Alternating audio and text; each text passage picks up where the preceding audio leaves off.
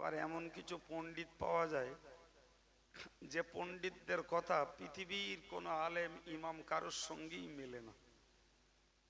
মানে বিচিত্র একটা জায়গা। এই সম্প্রতি শুনছিলাম একজন বক্তার কাছ থেকে, বললে মনকার নেকিরে সওয়াল হবে, সব মিথ্যা কথা। তা শুনে ওই পর্যন্ত বন্ধ করে দিলাম। বলি থাক বাবা, তোর জ্ঞান তোর কাছে। কিন্তু আমরা আজীবন কাল শুনে এসেছি কবরে মুনকার নাকিরের সওয়াল হবে, কিন্তু তার আগে আর একজন ফেরেশতা আসবেন বলে কথিত রয়েছে। রোমান নামীয় একজন ফেরেশতা কবরে ঢুকবেন। তিনি এসে বলবেন যে বান্দা, তুই জীবনে কি কি ভালো কাজ করেছিস আর কি কি মন্দ কাজ করেছিস ওইটা লেখ।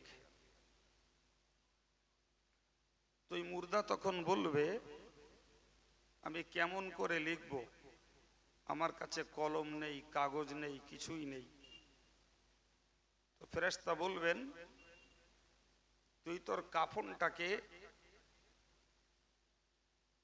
কাগজ বানা আর তোর এই আঙ্গুলটাকে কলম বানা, আর এটা দিয়ে তুই লেখ তোর ভালো মন্দ কর্মগুলি। তো যে মানুষগুলো ভালো কাজের পরিমাণ বেশি, আলহামদুলিল্লাহ, তারা ভালোটাও লিখবে আর মন্দটাও লিখবে, সুবহানাল্লাহ। কিন্তু যে মানুষগুলোর মন্দ কাজের পরিমাণ বেশি, ওরা ভালোগুলো লিখবে আর মন্দগুলো লিখবে না। ফেরেশতা যখন তার প্রতি চড়াও হবে তখন মন্দগুলো লিখে দেবে। ফেরেশতা আল্লাহকে বলবেন, আল্লাহ তোমার বান্দা তো লিখে দিল, এখন করব কি? তা আল্লাহ বলবেন যে আমার বান্দার ওই লেখনীটাকে ভাঁজ করে ওর গলায় ঝুলিয়ে দাও। কথা বোঝাতে পারলাম? কিয়ামতের দিবসে মানুষটা যখন, আমরা যখন কবর থেকে উঠব, ওই আমাদের গলার ঝুলন্ত আমল নামাটা গলায় থাকবে, কিন্তু কিয়ামতের ভয়াবহতায় মানুষের একবারও খেয়াল থাকবে না যে তার গলায় কিছু আছে। তাম পৃথিবীর বিগত, বর্তমান এবং আগত সমস্ত মানুষগুলো এখন হাসরের ময়দানের একান্ত আসামি। তো মানুষগুলো কিয়ামতের ময়দানে অপেক্ষামান। ঠিক এরকম একটা সময় আল্লাহ পাক উপর থেকে এই কোটি কোটি কোটি কোটি মানুষের আমল নামাকে ছড়িয়ে দেবেন। বাতাসে যেমন কাগজ ওড়ে, ঠিক আমল নামাগুলো ওই রকম উঠতে উঠতে বিক্ষিপ্ত ভাবে নিচের দিকে আসতে থাকবে। কার যে কোনটা কেউ জানে না। তো সারা হাসরের ময়দানের লোকগুলোর চোখগুলো ঊর্ধ্ব নজরে হয়ে যাবে, কোনটা কার জন্য আসছে। কোরআন শরীফে আল্লাহ বলেছেন, ফাআম্মা মান উতিয়া কিতাবাহু বিয়ামিনিহি। আয়াতগুলো শুনুন, তাজা সওয়াব।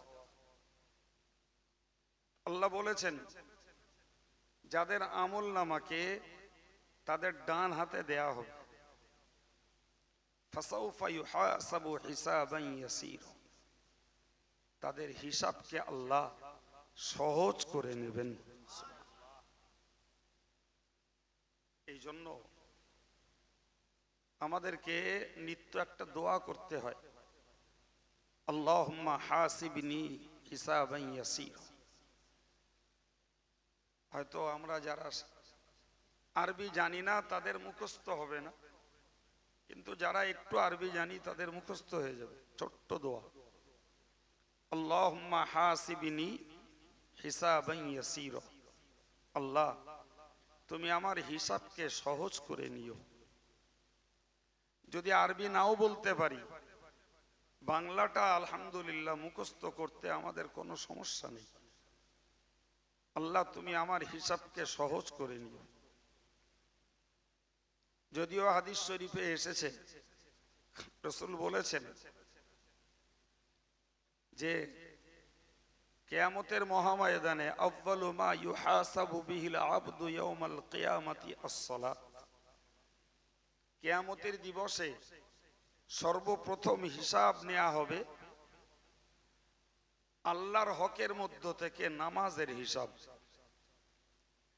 আর বান্দাদের হকের মধ্য থেকে প্রথম হিসাব নেওয়া হবে রক্তপাতের হিসাব। কথা বোঝাতে পারছি? খুব মাপা ছাড়ানো কথায় বলছি, মাথায় ধর। তো হাদিস শরীফে রাসূলুল্লাহ বলেছেন,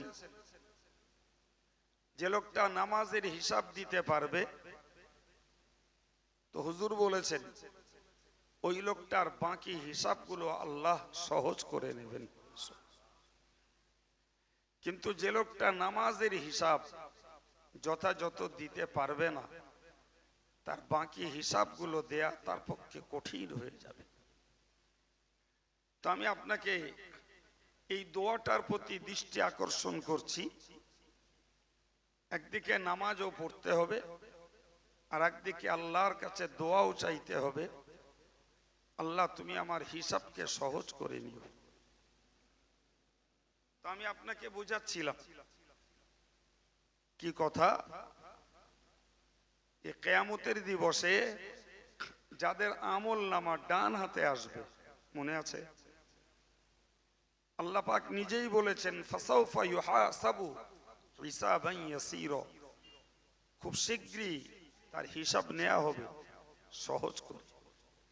ওয়ায়ানকালিবু ইলা আহলিহি মাসরুরা, এবং কিয়ামতের দিবসে আমল নামাটা ডান হাতে পেয়ে সে তার পরিবার বর্গের কাছে খুব খুশির সঙ্গে যে মিলিত হবে। তার আব্বা মা, তার বিবি বাচ্চা, তার বন্ধু বান্ধব, অনেক পরিচিত মানুষকে কিয়ামতের দিনে দেখতে পাবে, তাদের সঙ্গে সে ঘুরে বেড়াবে আর খুব খুশি হবে। সূত্র কি? যে আমি আমল নামা ডান হাতে পেয়েছি। এটা যেন কোনো ফাইনাল পরীক্ষার্থী রেজাল্ট পাওয়ার মতো।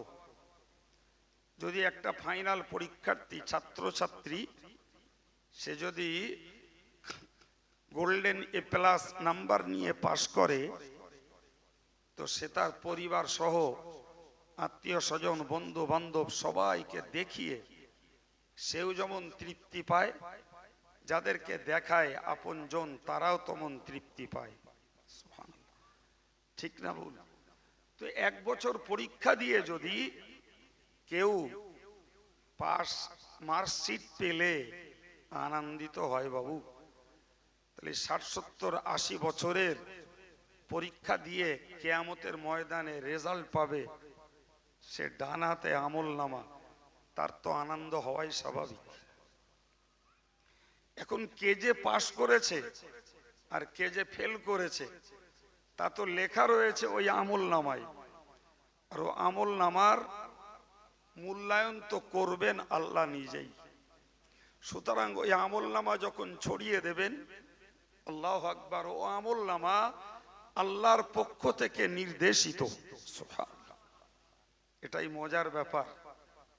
ব্যক্তিটা কে আর আমল নামাটা কার? ও এমন নির্দেশিত আমল নামা, ও যে ব্যক্তির আমল নামা ঠিক তার কাছে যেই পৌঁছাবে। কি গো, এটা একটু ভাববার আছে বল। কেন লোক তো 2-10 জন নয়, 1,000 নয়, 1 লক্ষ নয়।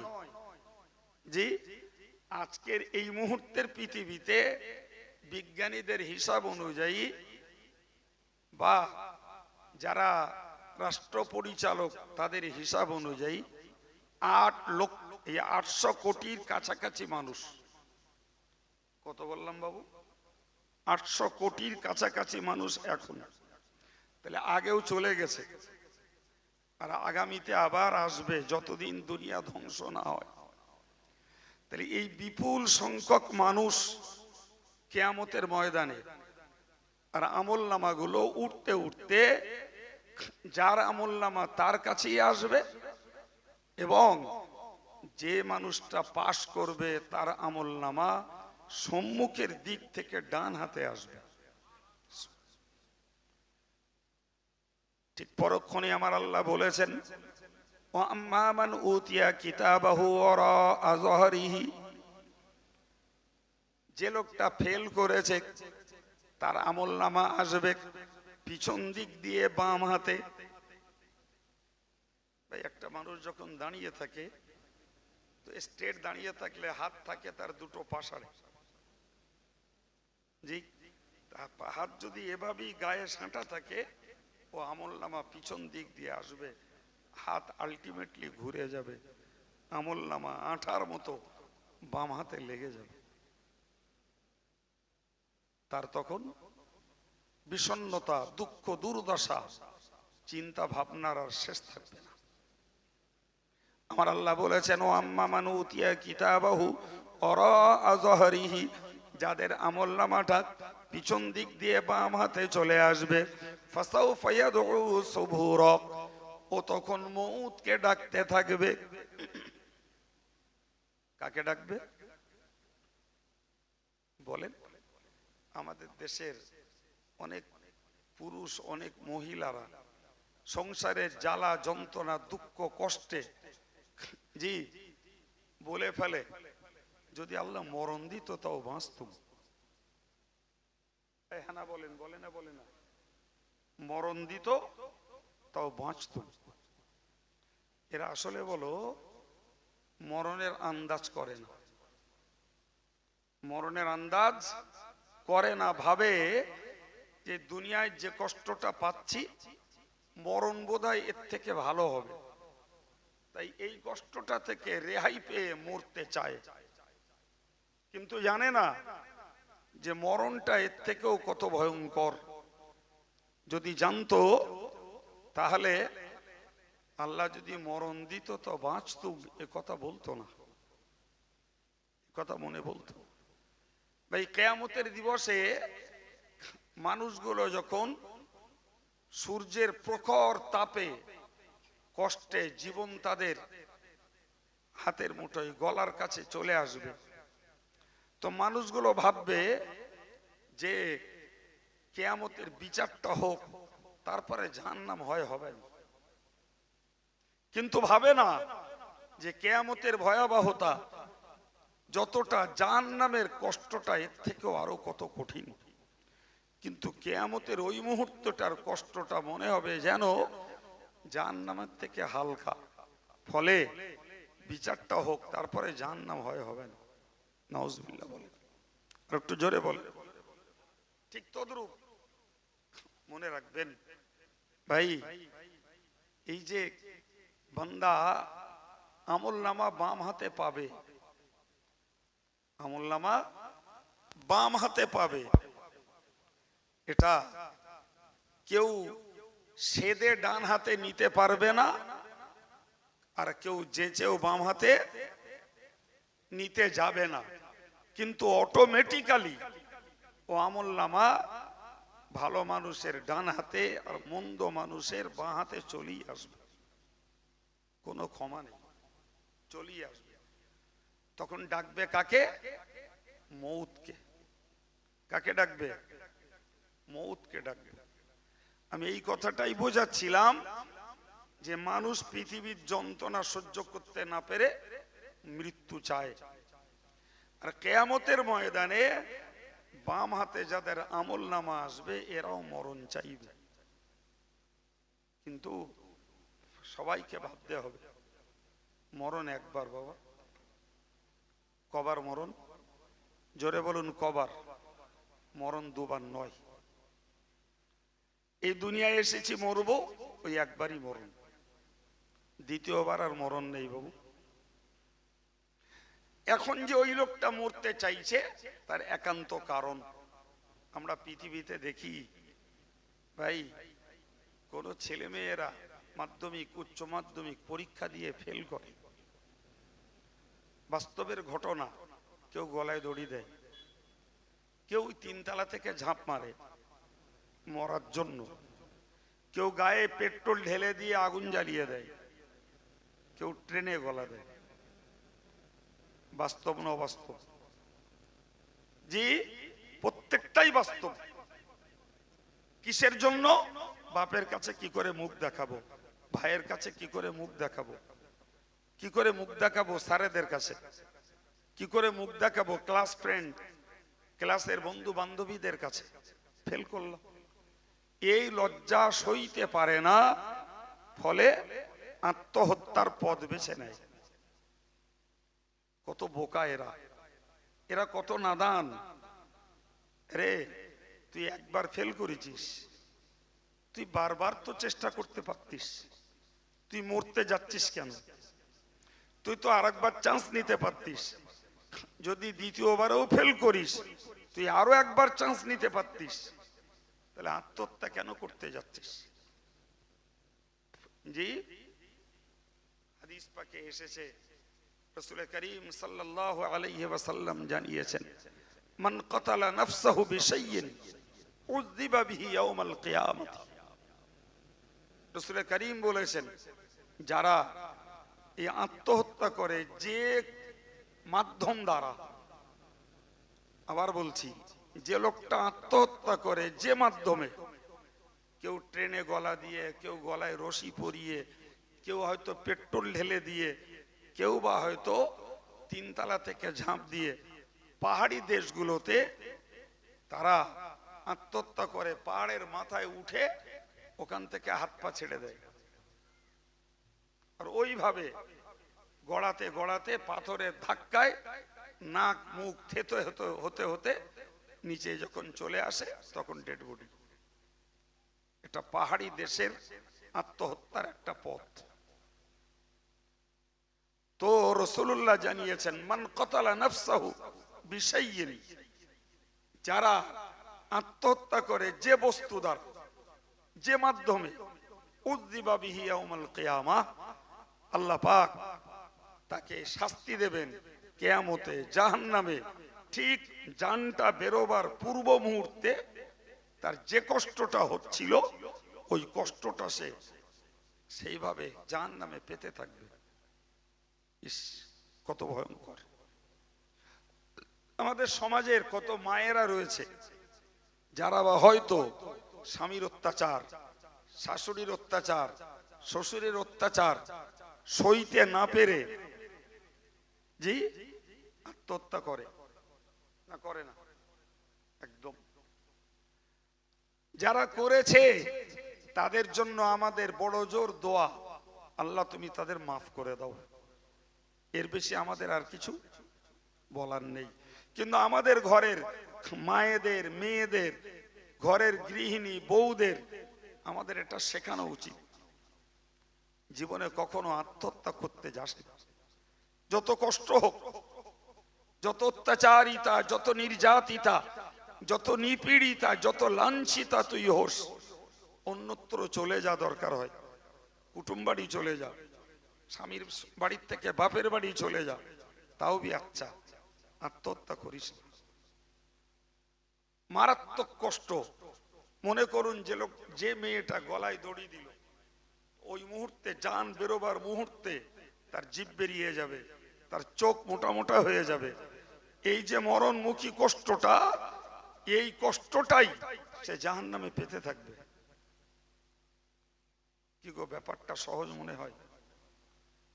জি, এও দেখা গেছে গঙ্গায় ঝাঁপ দিয়েছে, কাগজে দেখেছি আমরা, গঙ্গায় ঝাঁপ দিয়েছে। বাস। সম্মানিত ভাইরা আমার, মনে রাখুন, তাহলে 1 বছরের পড়াশোনার পরীক্ষায় যদি ফেল করে কেউ আত্মহত্যা করতে চায়, 80 বছরের দুনিয়ার পরীক্ষা দেওয়ার পরে কিয়ামতের ময়দানে যখন বাঁ হাতে ফেল মার্কশিটটা পাবে, তখন তো মরতেই চাইবে। কথা বোঝাতে পেরেছি না পারিনি? জোরে বলেন। মরতেই তো চাইবে, কিন্তু মরণ আর হবে? সম্মানিত ভাইরা আমার, মনে রাখা দরকার, জান্নাতেও মরণ নাই, জাহান্নামেও মরণ নাই, কোথাও মরণ নেই। জান্নাত তো চির আরামের জায়গা, জান্নাত তো চিরস্থায়ী বসবাসের জায়গা, কিন্তু জাহান্নাম সম্পর্কে কথিত রয়েছে, কোরআন পাকে বর্ণিত, লা ইয়ামুতু ফিহা ওয়ালা ইয়াহইয়া, জাহান্নামে কেউ মরবেও না আর সুস্থভাবে কেউ বাঁচবেও না। বিশ্বাস করতে হবে তো, তাহলে মরবেও না আবার সুস্থভাবে বাঁচবেও না। এটাকেই আমাদের দেশের কথায় বলে দগ্ধ হওয়া। কি বলে গো? দগ্ধ হওয়া।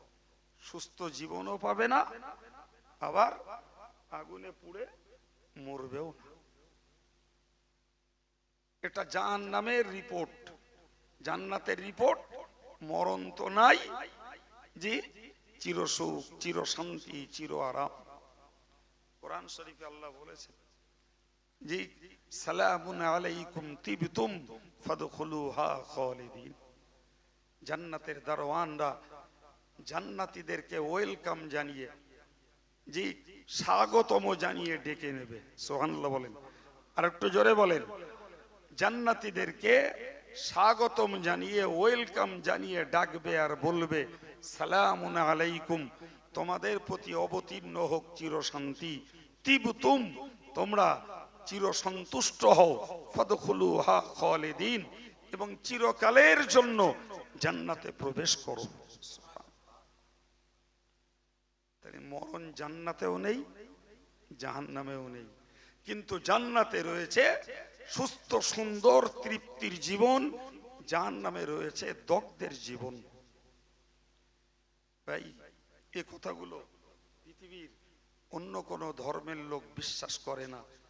আমরা যারা ইমানদার, এই জাতীয় কথাগুলো বিশ্বাস করি, তো আমাদের নাম ইমানদার।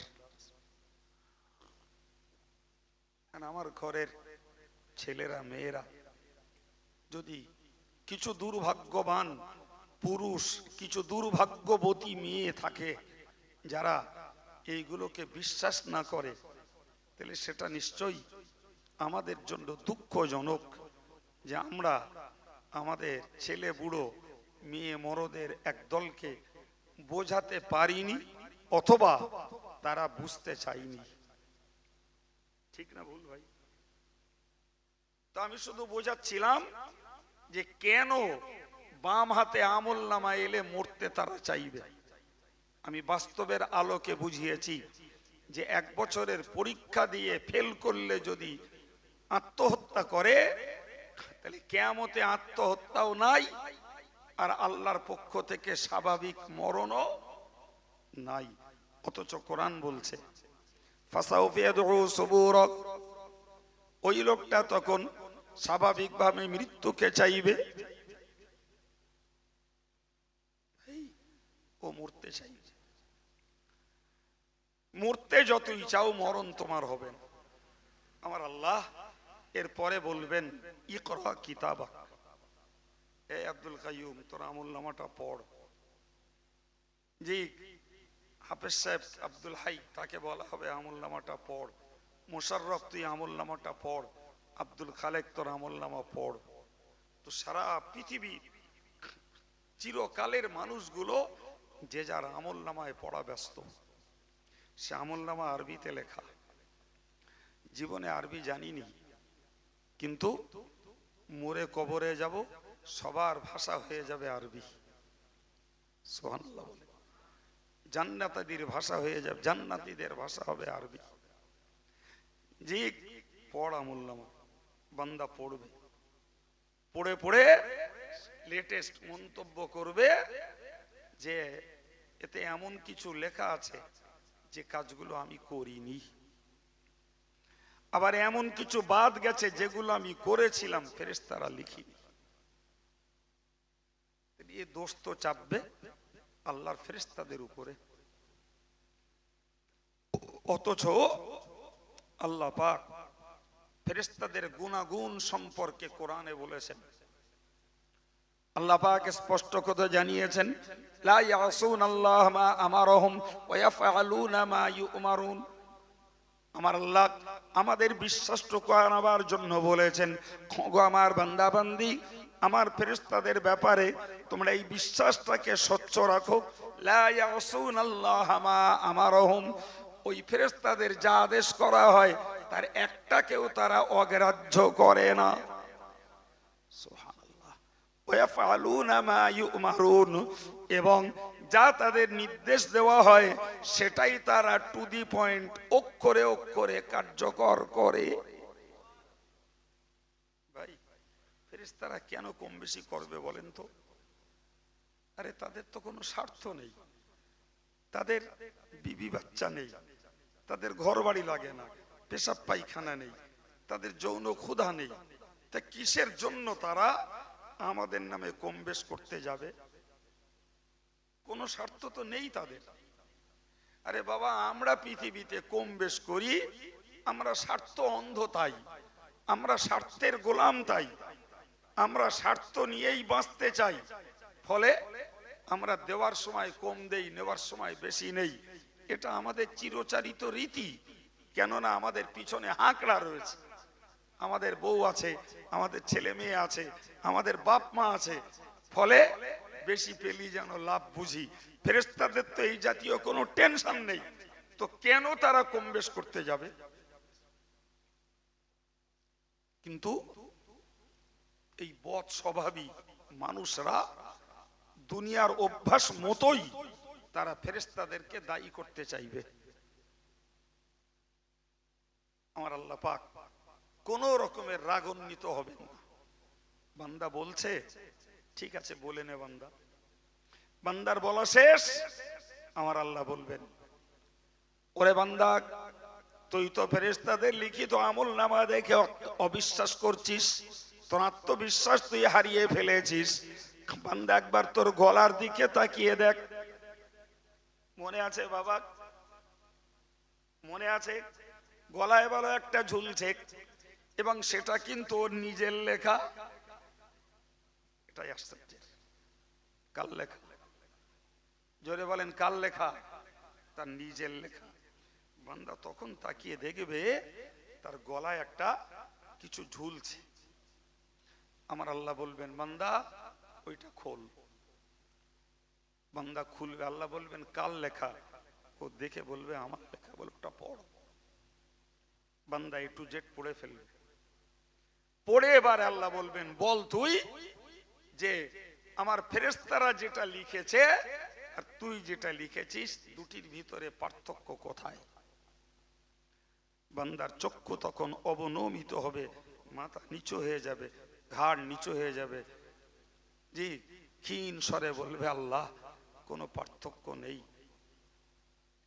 ওতে যা আছে এতে তাই আছে।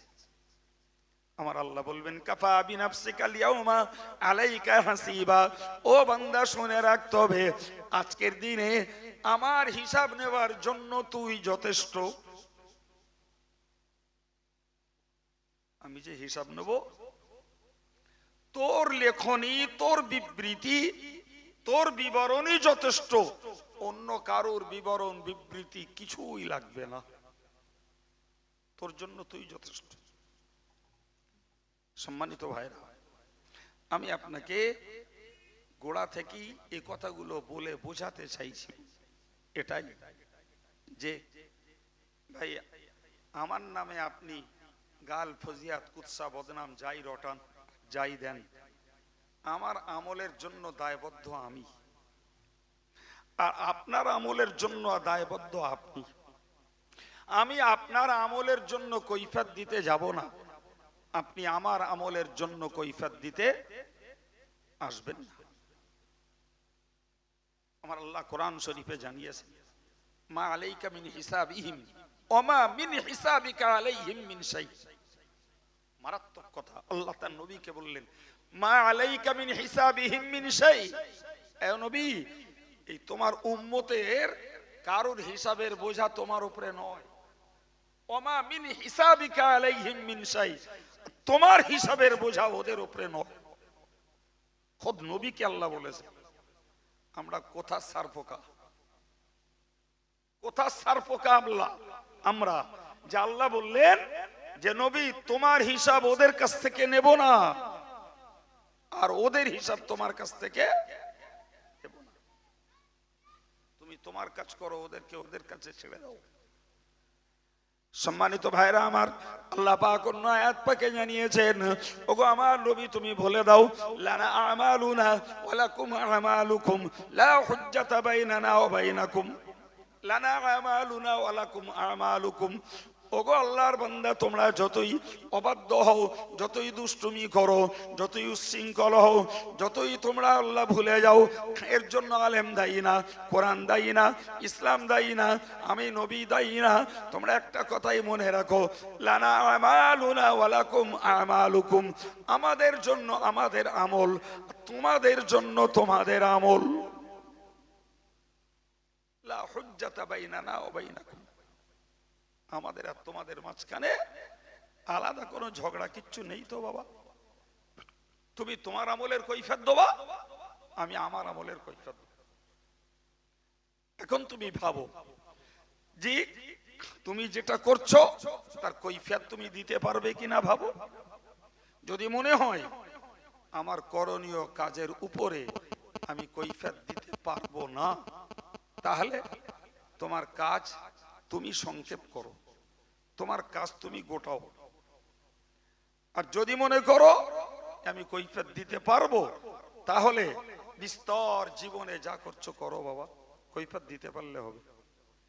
কিন্তু জেনে রাখো, তোমার কৈফিয়ত তোমার ইমাম দেবে না, তোমার কৈফিয়ত মুফতি সাহেব দেবে না, তোমার কৈফিয়ত পীরের বেটা দেবে না, তোমার কৈফিয়ত পীর সাহেব দেবে না, তোমার কৈফিয়ত কোন নবী দেবে না, তোমার কৈফিয়ত পৃথিবীর কোন যোগ্য থেকে যোগ্য ব্যক্তি কেউ দেবে না। তোমার কৈফিয়ত তোমায় দিতে হবে। প্রিয় ভাই, যদি কারুর কৈফিয়ত কেউ দিত, তাহলে খ্রিস্টানদের পক্ষে ঈসা নবী কৈফিয়ত দিত গো। কারণ খ্রিস্টানরা ঈসা নবীরে আল্লাহর ছেলে বানিয়ে পুজো দেয়। কি বলেছি বলেন, কি বলেছি? খ্রিস্টানরা ঈসা নবীকে আল্লাহর ছেলে বানিয়েছে, আর এই বিশ্বাসে ঈসা নবীর আকৃতি ধরে মনে করে একটা পাথরের মূর্তি গির্জায় রেখে দেয়, তার কাছে যে ঘ্যান ঘ্যান ঘ্যান ঘ্যান ঘ্যান ঘ্যান করে। তাহলে যে খ্রিস্টান জাতি ঈসা নবীর আল্লাহর ছেলে বানিয়ে তাকে পূজ্য হিসাবে তৈরি করে তার কাছে মাথা নত করলো, তো কিয়ামতের দিনে ঈসা নবী তো আল্লাহরে বলতে পারতেন আল্লাহ। আর যাই হোক, ওরা ভুল করুক, অন্যায় করুক, অপরাধ করুক, আল্লাহ তোমার নবী আমি ঈসা, তোমারে যখন ওরা খোদার আসনে বসিয়ে পুজো দেশে, আল্লাহ আমারে এত উঁচু সম্মান দেশে, আল্লাহ তুমি ওদের ছেড়ে দাও। ভিতের আঙুল ভাই, সম্ভব না। যে নবী ঈসা এক কথায় বলে দেবেন, আল্লাহ ব্যাপারটা তোমার, কুনতান্তার রকিবা আলাইহিম, আল্লাহ ওদের পাহারা তো তুমি, ইন তুআযিবহুম ফাইন্নাহুম ইবাদুক, আল্লাহ যদি তুমি আযাব দাও, আল্লাহ যদি তুমি আযাব দাও, তাহলে তোমার বান্দারাই তো আযাব তথা শাস্তি ভোগ করবে। ওয়াইন তাগফির লাহুম, আর যদি তুমি ক্ষমা করে দাও, ফাইন্নাকা আনতাল আজিজুল হাকীম, ও আল্লাহ তুমি তো পরাক্রমশালী বিজ্ঞানময়, সুতরাং শাস্তি দেওয়ার, ক্ষমা করা, ছাড় দেওয়ার, অ্যারেস্ট করা, দুটোই তো আল্লাহ তোমার কুদরতের ইচ্ছার উপরে নির্ভর। তার মানে নবী ঈসা কোনো দায়িত্ব নেবে? বাপ কোনো দায়িত্ব নেবে? আজকের গোটা সমাজের ছেলে আর মেয়ে, জি, আর বৈষয়িক পুরুষ আর বৈষয়িক মহিলা, সবাইকে ভাবতে হবে তোমার কৈফিয়ত ইমাম, মৌলানা, মুফতি, পীর, পীরজাদা, জি, কোন নবী, কোন ওলি, কোন গৌস, কোন কুতুব, কোন সাহাবী, কোন তাবিঈ, কেউ তোমার কৈফিয়ত দিতে যাবে না বাবা। তোমার স্বামী না, তোমার ছেলে না, তোমার মেয়ে না, তোমাকেই দিতে হবে। সুতরাং ভাই ওয়াজ নসিহত কানে শুনবার জন্য নয়। ওয়াজ নসিহত দুটো ঘটনা শুনলাম এর ভিতর দিয়ে নয় বাবা। ওয়াজ নসিহত হলো ভাবনার খোরাক, চিন্তা ভাবনার খোরাক। আজকে শুনবো, দিলে গাঁথবো, পরে এটাকে স্মরণ করে ভাববো। যে আব্দুল কাইয়ুম আমাদের বাড়ির ছেলে, ঘরের ছেলে, কাছের ছেলে, যে কথাগুলো বলে গেল তার এই কথাগুলোকে আমাদের একটু ভাবার দরকার। কথাগুলো তো সে গাঁটির থেকে বলিনি, পকেট থেকে বলিনি। যে কোরআনে বিশ্বাস করলে ইমানদার, যে নবীকে বিশ্বাস করলে ইমানদার, সেই আল্লাহ এবং রসুলের কথা বলেই তো আমাদেরকে কিছুটা ভাবনা চিন্তার খোরাক দিয়েছে। সম্মানিত ভাইরা, আমি আপনাকে বোঝাতে চাইছিলাম যে সুতরাং কেউ কারুর দোহাই দিয়ে রক্ষে আমরা পাবো না, কারুর দোহাই দিয়ে রক্ষে পাবো না, আর কারুর হিসাব কারুর কাছ থেকে আল্লাহ নেবেনও না। আল্লাহ পাক কোরআন শরীফে বলেছেন, ওয়ালা তাজিরু ওয়াজিরাতুম বিজরা উখরা। কিয়ামতের মহাময়দানে, হাসরের কঠিন দিবসে একজনের বোঝা আর একজনের ঘাড়ে চাপবে না।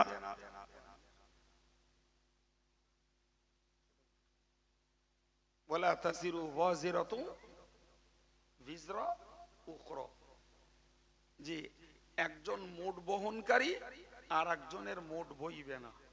যার মোট সেই বইবে, যার মোট সেই বইবে। ভাই আপনাকে দুনিয়ায় কি দিয়ে বা বোঝাই ভাই? জি, দুনিয়ায় বোঝানোর জন্য এই ছোট্ট একটা হালকা পাতলা উদাহরণ বলছি। ভাই যারা হজ করেছেন এরা জানেন, যারা হজ করেছেন এরা জানেন যে হাজী সাহেব দেশে কোটিপতি, হাজী সাহেব দেশে, আমার সঙ্গে কথা বলুন, কি বলেছি, দেশে কোটিপতি, কিন্তু সরকার যে টাকার পারমিশন দেয় সেই টাকার অঙ্কে হজে গিয়ে ধনী আর গরিব সমান। বলো এই কথা বলেন ঠিক না ভুল? একদম ঠিক। এখন যদি তিনি গাঁটিত করে আলাদা কিছু বার্তা টাকা নিয়ে যান সেটা ভিন্ন জিনিস, কিন্তু সরকারি পারমিটের টাকা কোটিপতিরও যা, ভ্যান চালকেরও তাই। ফলে ওইখানটায় বলো ওই কোটিপতির দাদাগিরি চলে না। বলো কোটিপতি আছো বাড়ি, ওখানে কোটিপতির যেমান ভ্যান চালকেরও, সবাই হজ করতে গেছে। ফলে কোটিপতি বাবুটাকে তার মুঠে মোট তাকেই বইতে হবে, তার ল্যাগেজ ব্যাগেজ তাকে বইতে হয়, আর ভ্যান চালক বেচারার ওই ল্যাগেজ ব্যাগেজ তাকেই বইতে হয়। কথা বোঝাতে পেরেছি? দুনিয়ার দৃষ্টিতে বোঝালাম। অথচ লোকটা বলো দেশে প্রচুর ধনী, প্রচুর অর্থশীল, অনেক শিক্ষিত, হায়ার র্যাঙ্কের অফিসার, কিন্তু ভাই সৌদির বিমানবন্দরে নাব্বা, তুমিও মুঠে আমিও মুঠে, তুমিও মজদুর আমিও মজদুর। গল্প বলছি না, বলো বাবা, একদম বাস্তবের অভিজ্ঞতা বলছি, বাস্তব অভিজ্ঞতায় বলছি, হালকা করে বোঝানোর জন্য বললাম। যদি দুনিয়ার একটা ইবাদত, দুনিয়ার একটা ইবাদত হজ করতে যে যদি নিজেকে মুঠে হতে হয়, নিজেকে মজদুর হতে হয়, জি, নিজেকেই যদি সাজতে হয় রাঁধুনি, নিজেকেই সাজতে হয় ধোবা। কথা বলেন, আপনার জামা কেটা পরিষ্কার করে দেবে? কে দেবে বাবা? এই দুনিয়ার কাজে যদি বাস্তব অবস্থা যদি এইটা দেখা যায়, জি, তাহলে কিয়ামতের দিনে কারোর বোঝা কেউ বইবে বাপ? একটু জোরে বলেন। এ যুবক একটু ভাবো বাবা, তোমার বোঝা কেউ বইবে না। তুমি যে হুজুর, যে পীর সাহেব, যে পীরজাদা, যারই তেল মলো, যার পিছনেই জিন্দাবাদ, যার পিছনেই জিন্দাবাদ দাও, বইবে না বাপ। সম্মানিত ভাইরা আমার, মনে রেখে দিন, কোরআন শরীফে আল্লাহ বলেছেন ওয়ালা তাজিরু ওয়াজিরাতুম বিজরা উখরা, একজনের বোঝা অপর্যন্ত বইবে না, কোন রকমই সম্ভব না। তাহলে যার বোঝা তো তাকেই বইতে হবে। সম্মানিত ভাইরা আমার, আমি আপনাকে বিনয়ের সঙ্গে বলবো, যদি নিজের বোঝা নিজেকেই বইতে হয় তাহলে বোঝা ততটা বড় করা ভালো যতটা টানা যাবে, বওয়া যাবে। নাকি জ্ঞানের কথা না বোকার কথা? রাসূল করিম সাল্লাল্লাহু আলাইহি ওয়াসাল্লাম আল্লাহ মেরাজের রাত্রিতে রাসূলুল্লাহকে সঙ্গে নিয়ে জিবরিল আমিন গেছেন 7 আসমানের ঊর্ধ্বে। আল্লাহ একটা জঙ্গল দেখালেন। কি দেখালেন? জিবরিল আর রাসূল, আর কেউ নেই। একটা জঙ্গল দেখালেন। জঙ্গলের ভিতরে রয়েছে প্রচুর পরিমাণে কাঠুরিয়া। কাঠুরিয়াদের কাজ কি? কাঠ কাটা। তো কাঠ কেটে কেটে বোঝা তৈরি করেছে। রাসূল বলছেন আমি দেখছি তাদের বোঝাগুলো বড় হচ্ছে, কিন্তু তারা বোঝাকেও ছোট করে না। তো একটা সময়ে তারা বোঝাগুলোকে বেঁধে এবারে যে যার মাথায় তুলবে। তো হুজুর বলছেন কেউ তার বোঝা তুলতে পারলো না, এবং কেউ কাউকে বোঝাটা মাথায় উঠিয়ে দিতে সাহায্যও করলো না। তো রইল। আল্লাহ পাকের নবী বলেন আমি অবাক হয়ে গেলাম, তাদের বোঝা তারা তুলতেও পারলো না, কেউ তুলতে সাহায্যও করলো না। কিন্তু এরপরে ওদের তো উচিত কর্তব্য ছিল বোঝাগুলো একটু ছোট করা, ঠিক না? কিন্তু হুজুর বলছেন আমি অবাক হয়ে গেলাম। এরপরে ওদেরকে দেখছি